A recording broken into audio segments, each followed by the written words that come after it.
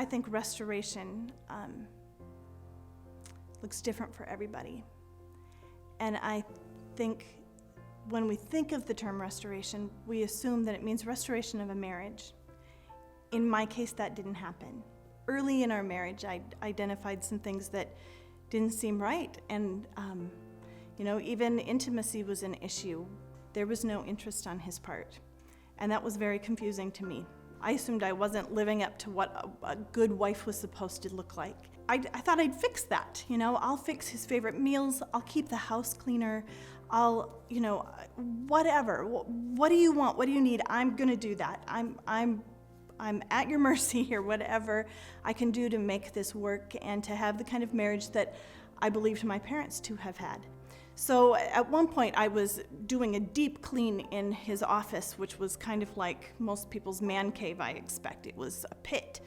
And in the process of cleaning that out, I was sitting on the floor in front of a basket of magazines and sorting through a lot of old things and pitching stuff, and I discovered some magazines that weren't Men's Health or Sports Illustrated. They were pornographic in nature. I was so surprised. I mean, never, ever would have dreamt to have found something like that. I loved him so much, I wanted to believe anything he said. So I asked him about it, and he had an explanation. So I bought into it, and I accepted his explanation. Later, I was looking for some paperwork in our office, and I opened up a filing drawer cabinet that was kind of stuck, and I pulled on it, and it was really heavy, and it was full of conversations and pictures that had been downloaded from the internet, an entire filing cabinet full. When I approached him about that, he had an explanation for that too. This time I was not as quick to accept it because there's just no way. There's just no way this made sense. I felt incredibly stupid. I mean, I fancied myself as an educated, pretty much having a lot good common sense. But I felt so incredibly stupid to not have seen things that I probably should have seen, or to have been so quick to believe things that maybe I shouldn't have believed so quickly. And yet I loved him, and I believed we were going to be together for the rest of our lives. This was the man God had put me with, and I was going to spend the rest of my marriage.